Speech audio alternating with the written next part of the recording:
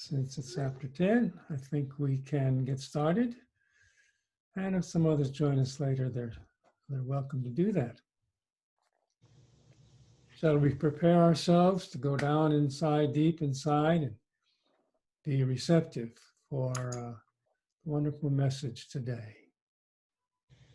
Let's take 3 conscious breaths together.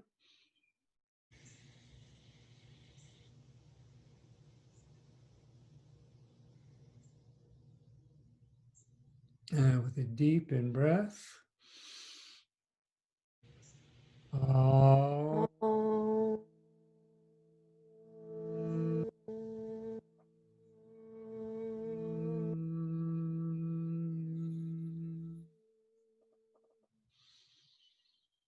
Shanti, Shanti, Shanti.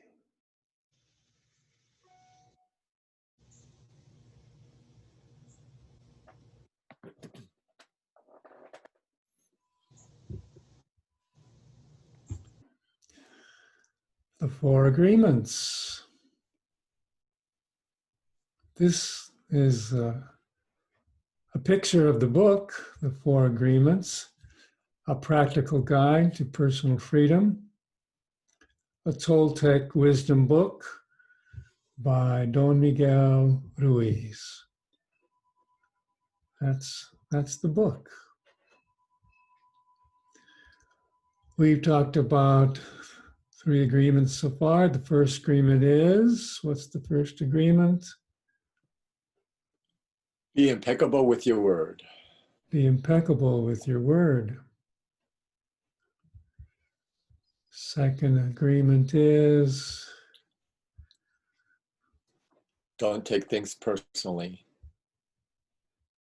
don't take anything personally. Yeah, don't take anything personally. Now we're into don't make assumptions. We've been talking about don't make assumptions. At first we might think don't make assumptions has something to do with how we assume things when we look out upon the world. But don't make assumptions here goes deep. We need to learn how our own thinking may include some assumptions. So we don't want to assume that everything we think is true. And wow, that's a tough one. Because our thoughts seem just as true and real as what we observe. So we need some guidance and help with this. Here we go. Chapter 5, Truth or Fiction. We talked about this last week. For centuries, even millennia, humans have believed that a conflict exists in the human mind between good and evil. Good and evil. This isn't true. There's no conflict in the human mind between good and evil. Good and evil are just the result of the real conflict, because the real conflict is between truth and lies, truth and fiction. So the conflict in the human mind is between truth and lies, or truth and fiction. This kind of goes against our common sense. So we're going to get some help from Don Ruiz on this. He says, as artists, why does he call us artists? Because as we observe, quote unquote, reality, and we think about it, we put words to it. And the words we pick are the ones that we pick, like an artist. So someone from one culture might pick one set of words, and another family member might pick another set of words, but we're all artists in that sense. We're always distorting the truth with symbols. Because as soon as we give a name to things, that's a symbol. And any name for things in our mind is just that, a name. It's not the experience of the truth. So there's always some distortion. There we go. We're doing our best as artists. We're always distorting the truth with symbols, words, thoughts. But that's not the problem. That's not the problem. So we can continue using our symbols and words. What's the problem? The problem is when we believe that distortion. And we do believe it. It's just how do we believe it? Do we believe it seriously? Or can we learn to take even our own thoughts lightly, just lightly? The problem is when we believe so seriously that distortion. Why? Because some lies are innocent and others are deadly. So we have some innocent ways of thinking and some deadly ones. For example, when we're parents and have little kids, we like to encourage the little kids to believe in Santa Claus. We know it's a lie in the way we encourage the little kids to believe in it, but somehow there's some innocence there. And we remember as children when we believed in Santa Claus. I still remember the time when I was, who knows, 5 or 6 years old. I was with my mother. The image is coming back right now. I was sitting in the back seat of our car, and we were driving somewhere. My mother was driving, and we were at the top of a big hill. We were about to go down a large, or it seemed large, hill to me. And I got the nerve up to ask my mother, Santa Claus isn't really real, is he? And she said, no. I can still see that moment. So we believe the distortions. Some lies are innocent and others are deadly. If we don't believe the lie, no problem. Or rather, if we just take it lightly. If we take the lies seriously and believe them, and then try to impose that lie on other people, unfortunately, the result is it can lead to what we call evil. So that's the source of evil. We take our thoughts lightly, no problem. But if we are serious about what we think and our belief and our points of view, the way we see things, our position, the right position, we notice others are wrong, and we try to impose that point of view on other people, it's possible. It can lead to what we call evil. There we go. That's how evil comes in the world. The imposition of lies, one person on another. And actually, we may find that we're not even imposing the lie. People may be receptive to the lie. We'll see some examples of this. So we may not be imposing, we may just be putting that lie out there on other people.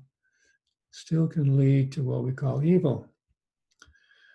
Of course, what we call evil has many levels, depending on our personal power.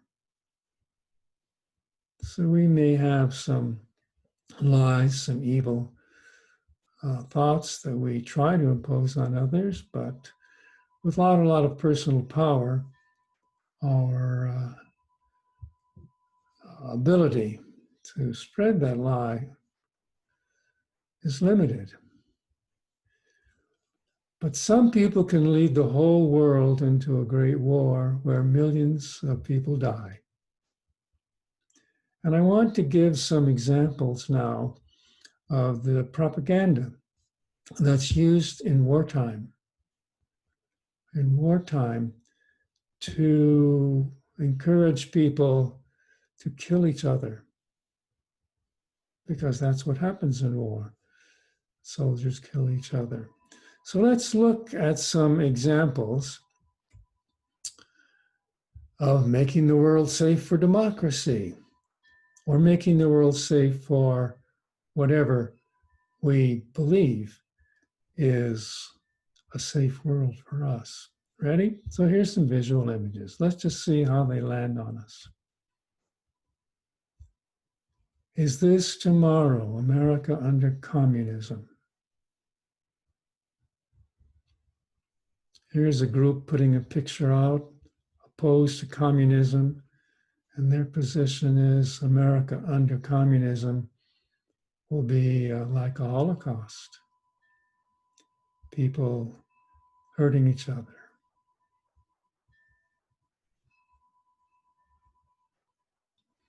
Next one.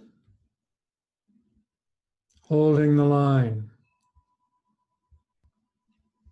Here's a poster from World War II showing Winston Churchill like a bulldog, holding the line, implying that every single person in Britain needs to fight, and to kill if necessary, and hold the line. Next one. Here's one from World War II. What are you going to do about it? Young prisoners killed by Jap torture in Philippines in the March of Death. Staying on the job until every murdering Jap is wiped out. Here the propaganda is to encourage the righteousness of killing all the murdering Japs. I was watching a PBS series on the Second World War. And towards the end of the war, when the B-29s were going over Japan and firebombing the cities, this was before the atomic bomb, firebombing the cities, thousands and thousands of people were killed, civilians. And the pilots in these planes got nervous about this, all these non-combatants being killed. So the propaganda that the Air Force gave these pilots was to show them pictures of Japanese children practicing to fight with sticks and young women marching using sticks to show how they would attack. And they said every civilian in Japan is no longer a civilian. They're all combatants, so it's okay to kill them.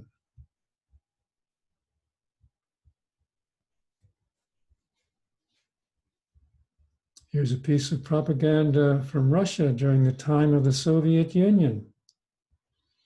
See which of these things you believe. The capture down below says, away with church holidays. The Soviet government was opposed to the hierarchy of the church and the power of the church. So this poster was designed to encourage people to recognize that church holidays were filled with drunkenness. See the bottle, people drinking, and people engaging in debauchery, homes breaking up. Russian propaganda. Here's some propaganda from North Korea. It shows the childlike, innocent North Korean soldiers and a nurse attacking the evil, hook-nosed US.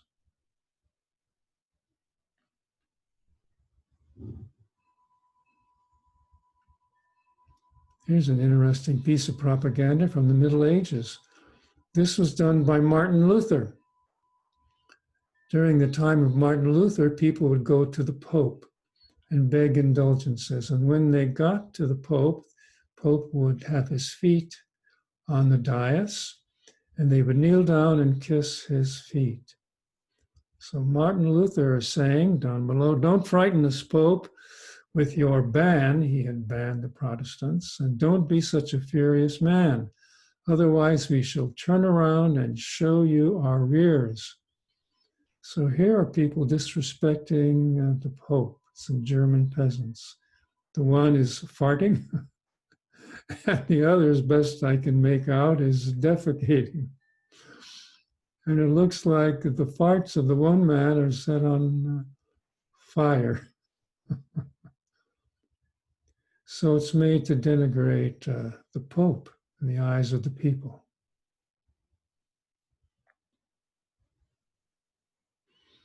Go ahead, please, take the day off.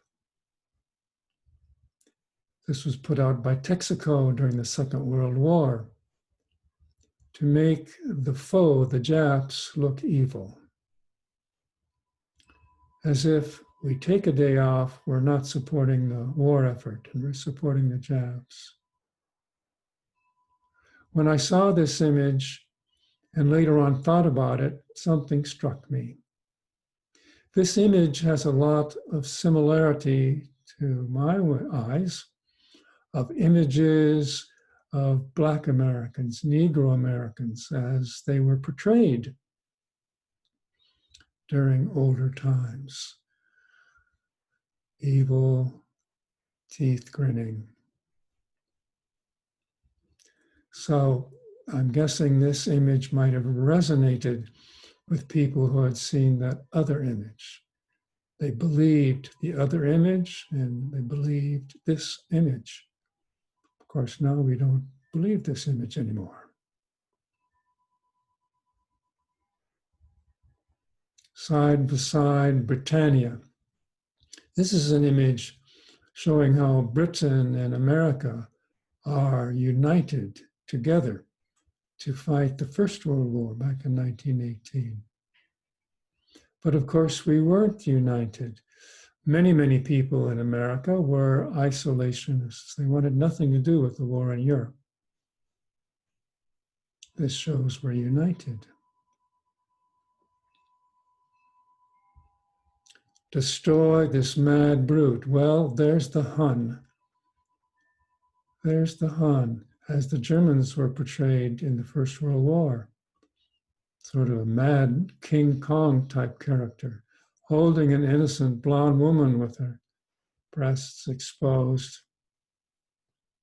This was an encouragement to enlist in the US Army to go fight the Hun.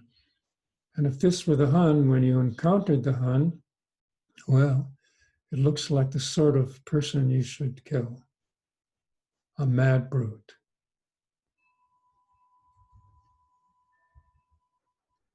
This is a picture from a sidewalk in Germany just before, during the Second World War, from the German newspaper, the Stürmer, about the Jews, Judah,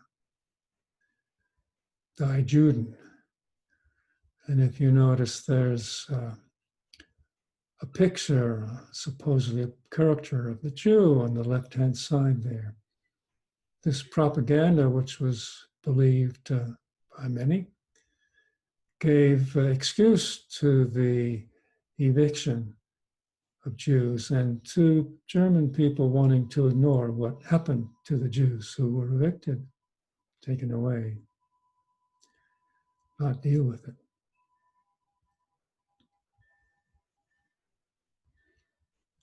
Here's a piece of propaganda from Brazil. This is President Vargas from years ago, back in the 40s or 50s, telling the children, obey your parents and learn in school and be loyal to the fatherland and to me. If you were to go to Brazil today, you would see most of the people look nothing like this. Brazil is a country where some Portuguese came, and like in the rest of Latin America, the Portuguese who came there didn't bring women. So all the men who came there married indigenous people. And later on, many blacks were brought in to work the plantations. So Brazil is a combination of some Portuguese and others, indigenous people and blacks. This propaganda just appeals to that particular group that wants to see the Caucasians.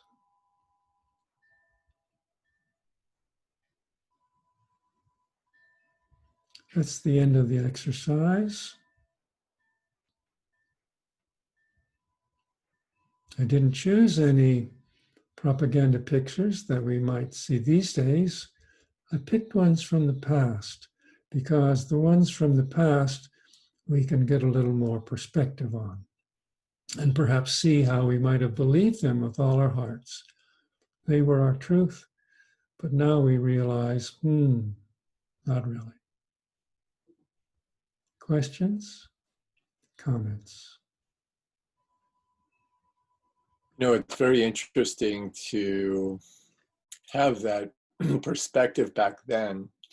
It's almost like there's an undertone of like us versus them, or a sense of uncertainty or fear that creates almost like an anxiety. And I'm not sure what the purpose of that would be, other than trying to not unite, us Americans against everyone else. I don't know. Just interesting. Propaganda, just in any form. Yes, it's to encourage unity. If the propaganda piece scares you, then you're not going to step up and say, wait a minute, we have some German neighbors down the street. They're not Huns, just ordinary people like we are. They have relatives back in Germany. No. Out of fear, you're going to keep your mouth shut so that everyone speaks with the same voice. Of course, for the Japanese Americans in California at the beginning of the Second World War, that was of no avail. They were still all deported to those relocation camps in Utah and out in the far west. And they couldn't understand how they, who felt themselves to be loyal Americans, would suffer this. But for the most part, they took it very stoically.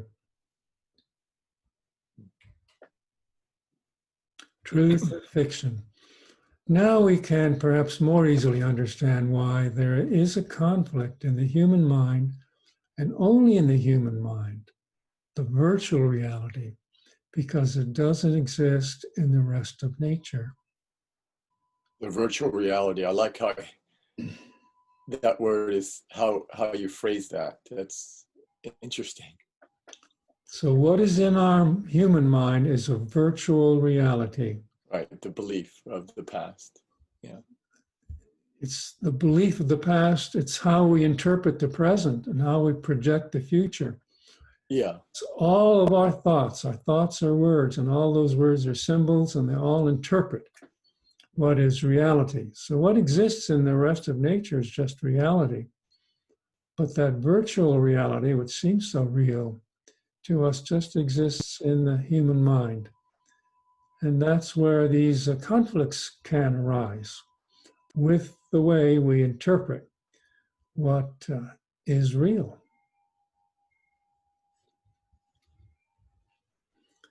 There are billions of humans who distort all these symbols in their heads and deliver distorted messages. Well, I think he could have just limited it to ourselves. Those of us reading, listening right now, are amongst those who distort the symbols in their heads and deliver distorted messages. That's okay. It's the nature of language. It's the nature of symbolicity. So that's why we need to take what we think and our beliefs more lightly before we start imposing our opinions on others and arguing with others why we're right, they're wrong. Because to some extent, all this thinking we do is distorted. But it's the best we got. We do the best we can with it.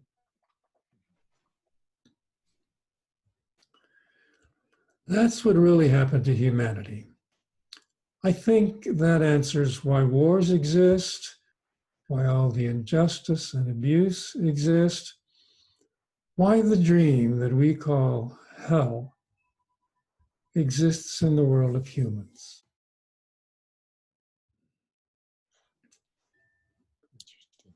My goodness.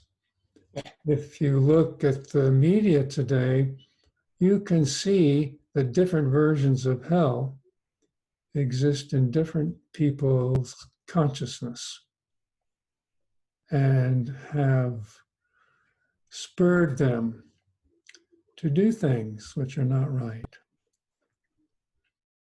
And depending on our outlook, We see things one way or another way. But what we've observed is there are minorities who take violence into their own hands, even though most people don't. And that's when injustice and abuse arise. And that's why people feel like we're living in hell. In the world of humans, that's how we see it.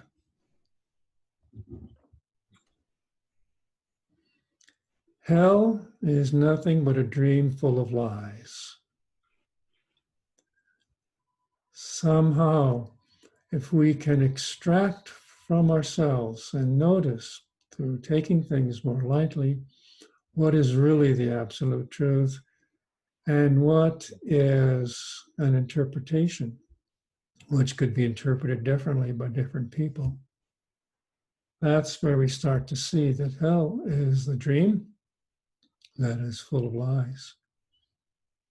It's a challenge, especially in times of conflict like we live today.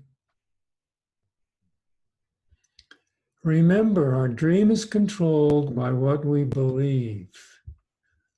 And what we believe could be either truth or could be fiction. It could be. Just holding that possibility. Well, gee, maybe the things I believe so strongly in and I speak up for when I have the chance could be truth or could be fiction. It sort of goes back to the first agreement. Am I truly being absolutely impeccable with my word? By being impeccable, is there any place in my word where I need to take a step back and think about it before I try and impose my way of thinking on someone else? My goodness, it could be truth, it could be fiction. To give us pause. You know, that pause between action and reaction, where we have the ability to choose, and in that ability to choose lies our freedom.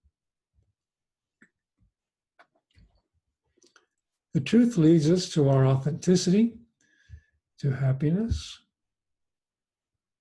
So there's a little hint. If the positions and the beliefs that we have lead us to feeling authentic, truly authentic, and to happiness, maybe that's a sign that our thinking is truthful. If the lies lead us to limitation in our lives, to suffering and drama. So if we have some drama in our life, if we can recount instantly upon provocation some drama that we have observed that is a limitation, perhaps that's a sign to us. Oh my goodness, there's a drama that I'm carrying around with me and I'm suffering somewhat from that. Perhaps it's worthwhile looking to see if there are any lies. And we don't even have to call them lies. We can just call them partial truths. I believe that in the way we hold things, they're not so much absolute truth or lies as partial. That's the real danger. The partial truths and the partial lies are harder to discern because there's an element of truth there that disguises the lie part. And in the lie part, there may be some element of truth, which redirects our attention away from what's not true. It's a challenge. But if we're feeling happy, that's a sign we're probably in touch with truth. If we're feeling there's a lot of drama and we're personally suffering, that's a sign that maybe we need to look deeper, do some more spiritual work. Whoever believes in truth lives in heaven. Whoever believes in lies, sooner or later lives in hell. This is just more of the same thing. When we get in touch with what's truly true, we just feel happy. When we're living in hell, why, there's lies underneath that, sooner or later. We don't have to die to go to heaven or hell. Heaven is all around us, just as hell is all around us. It just depends on our outlook. Heaven is a point of view, a state of mind. Heaven is a point of view, a state of mind. So it's not like a real thing. It has something to do with our human mind. And so is hell, a point of view, a state of mind. It's obvious that lies have been running every drama in our head. Don Rees thinks it's obvious, but I don't think it's obvious. He thinks he's made the point it's obvious. I think it's an ongoing challenge to see how dramas are supported by untruths or partial truths. Humans create the lies, then the lies control the humans. Think of the propaganda we saw. People who created these knew they were lies, but they felt it was for the good of the cause. Then the lies control the humans, but sooner or later the truth arrives and the lies cannot survive. Just as when we see those old war propaganda, we see them through new eyes. We see them through more truthful eyes. And those lies don't survive. They can't survive in the presence of the truth.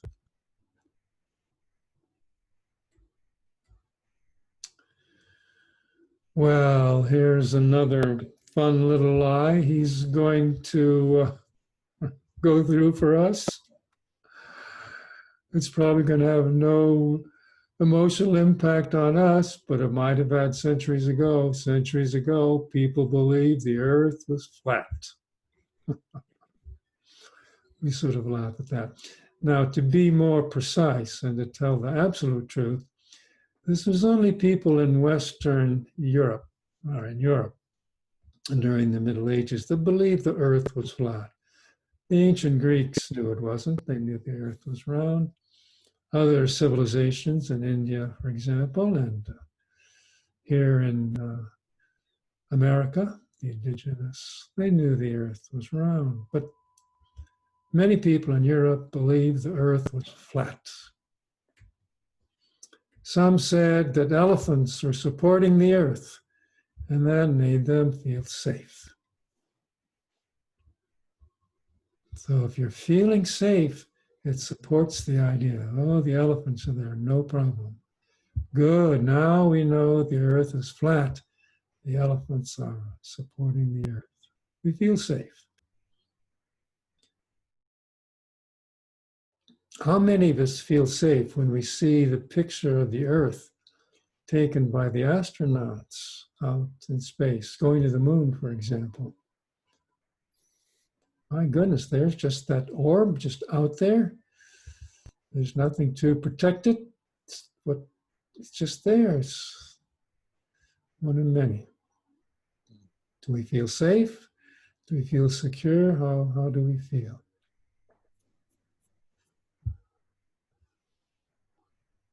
It's under the control of the sun.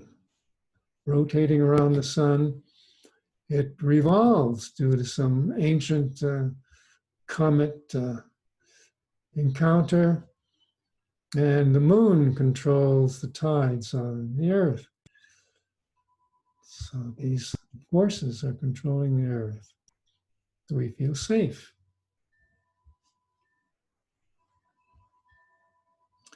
Well, now we know that it isn't flat.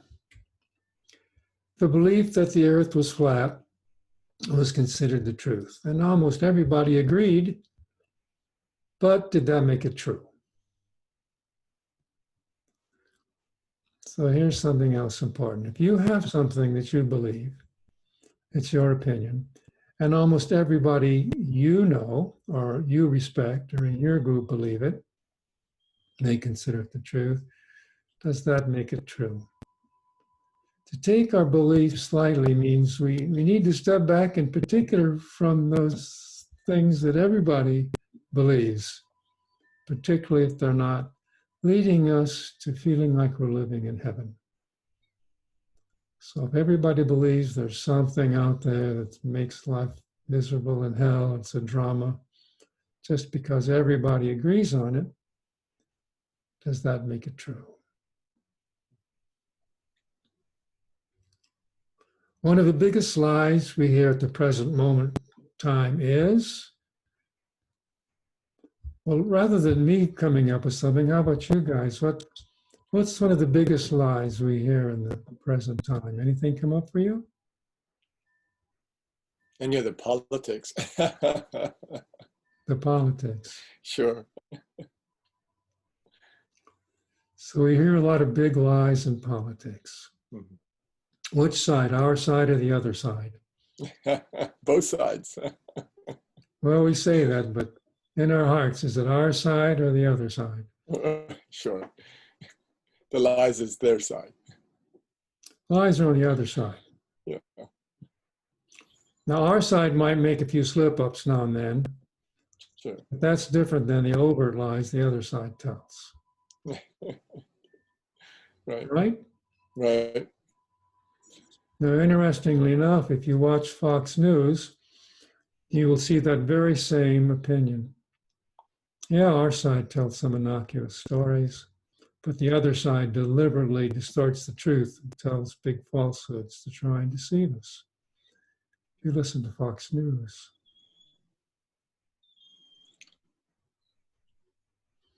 Okay. Any other big lies come up? Would you like to hear the one we're going to talk about? Sure.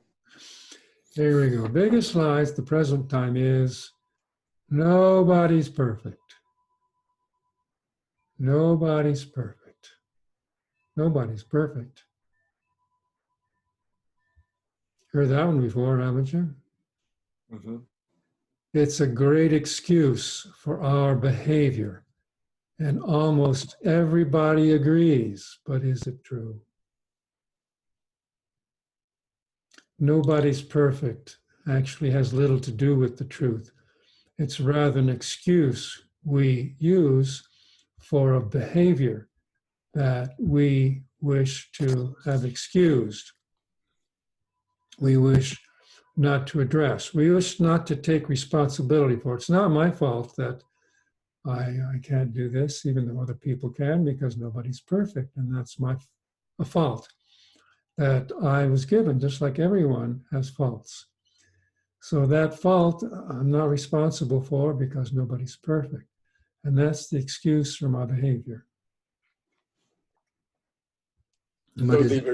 So the reverse of this, the truth is that everybody's perfect spiritually, in the sense of we're all a human being.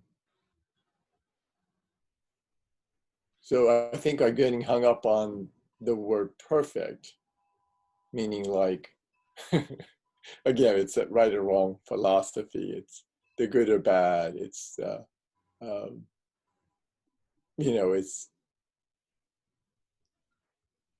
it's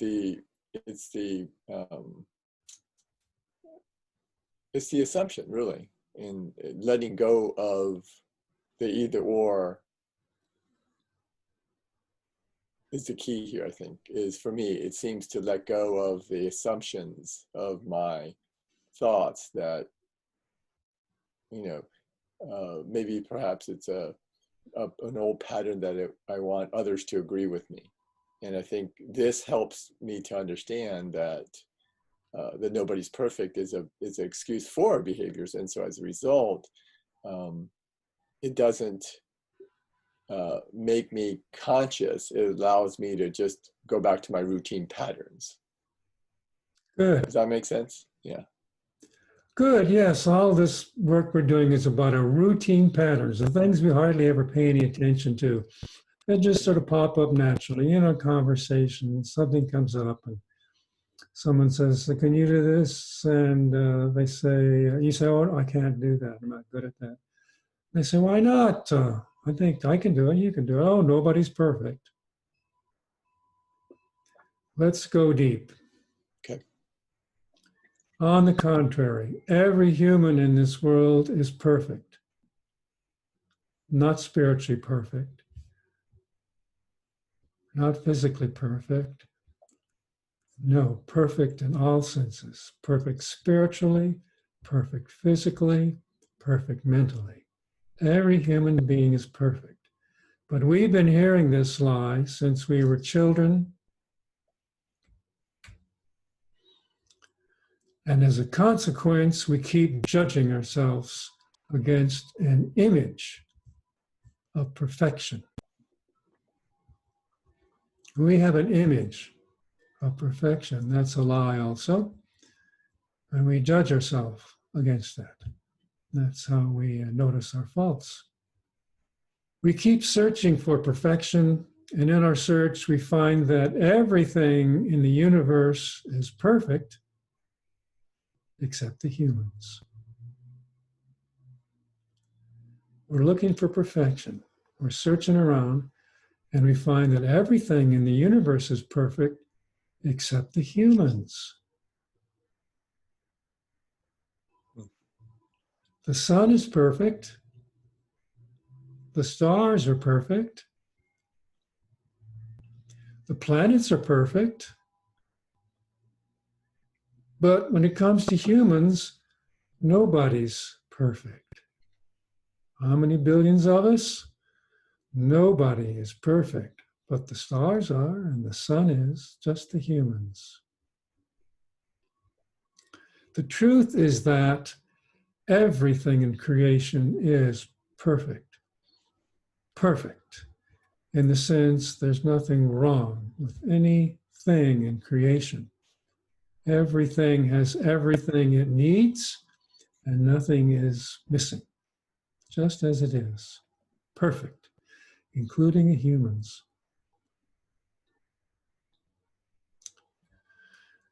If we don't have the awareness to see this truth, it's because we are blinded by the lie. I've been telling this lie for so long, and everyone agrees with us. Bless his heart, Rev Russ, in one of his sermons, repeated this to make a point. He said, well, nobody's perfect. And you could see all the virtual heads in the audience nodding, that's true. But it, in the deepest sense, is a lie. And if we don't have the awareness to see this truth, it's because we're blinded. Even figures of authority speak this lie. And we're not triggered to notice that it's a lie. You may say, what about someone who is physically disabled? What about that? Physically disabled. Is that person perfect? Yes. You can answer in your head. Someone physically disabled. They've got Down syndrome. Or they've got polio. They can't walk. Think of President Roosevelt, who had polio and had to walk with crutches in his later life. And here is a young man, he was a paragon of vigor and athleticism. And look what he accomplished in life on his crutches. Mm-hmm. You have to wonder what the experience of having polio did to soften his rather arrogant views of things that a privileged person like he grew up with, especially during the times he led our country. Was President Roosevelt perfect as he was? Well, according to what you know, that person may be incomplete, can't use his legs, but is what you know the truth. Who says that what we call a disability or even a disease isn't perfect? Is someone who is diseased with measles, has emphysema, asthma, cancer. Who says they're not perfect? Everything about us is perfect, including any disability or disease that we may have. It's all perfect, just the way it's supposed to be. And it helps if we can see the world as ourself and have faith in the way things are and love the world as ourself. Someone with a learning difficulty is perfect. Someone born without a finger or an arm or an ear is perfect. Someone with a dis-ease is perfect. Nothing missing. Everything there will be there. Only perfection exists, and that awareness is another important step in our evolution. Only perfection exists. To say otherwise is not to have the awareness of what we are. And it's not enough to say that we're perfect. We need to believe that we're perfect. We need to believe it. If we believe ourselves to be imperfect, that lie gathers more lies for support, and together all those lies repress the truth and guide the dream that we're creating for ourselves.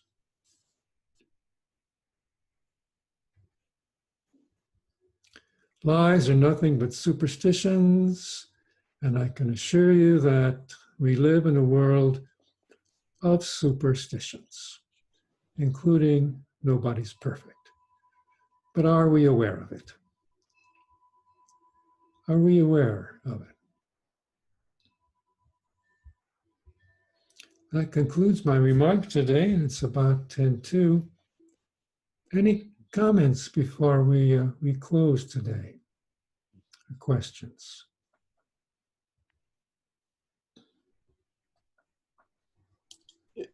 I like this section of the book. Don't make assumptions. It gives me a lot to work on, and it allows me to really look at my belief systems and what I just naturally say as a routine instead of being conscious in the moment and just acknowledging what is.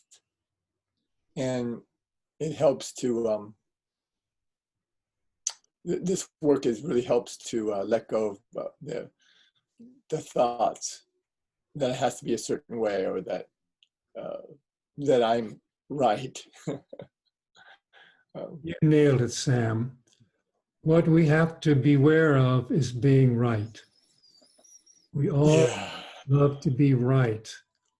So when something comes up with regard to behaviors, diet, exercise, looks, dress, hair, fingernails, beliefs, we all want to be right.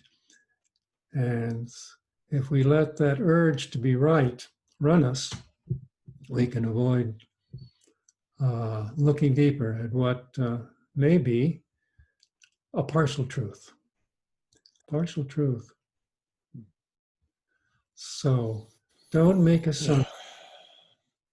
Don't assume you're right, even though you'd like everyone to think it. Don't assume that you're right. Just take it lightly. Take a breath, pause.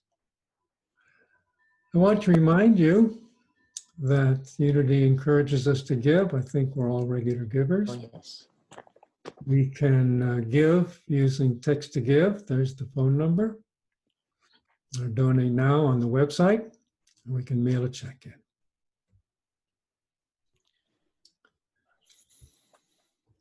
If we have no more comments, are we ready to close with our Om Shanti? So let's take 3 deep breaths together.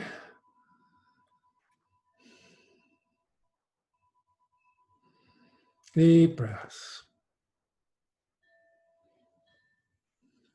Now with the deep in breath. Om.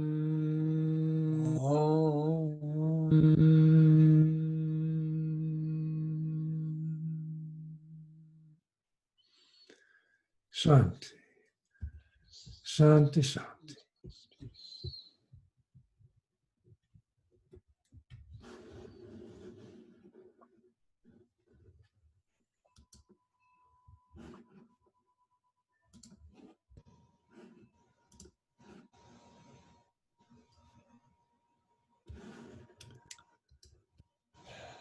I think we've done another second tier circle. Thank you, Yes. Steve. Thank you. Have a great day, everybody. Yeah. Thanks. Have a great day. Bye. Bye-bye. Bye-bye.